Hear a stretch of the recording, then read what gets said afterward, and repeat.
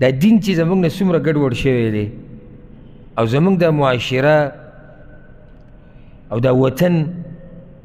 او دا پښتانه چې ګډوډ شوي دي که نه، نو دا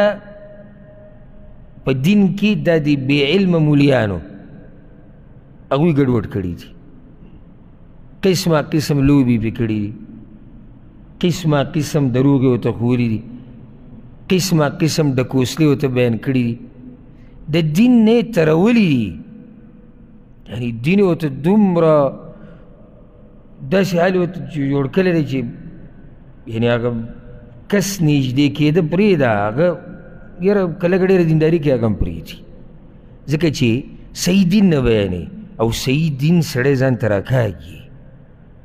چې کومه مسله صحیح د الله او د الله د رسول مسلې د الله او د الله د رسول د مسلې نه به ته وترېږي،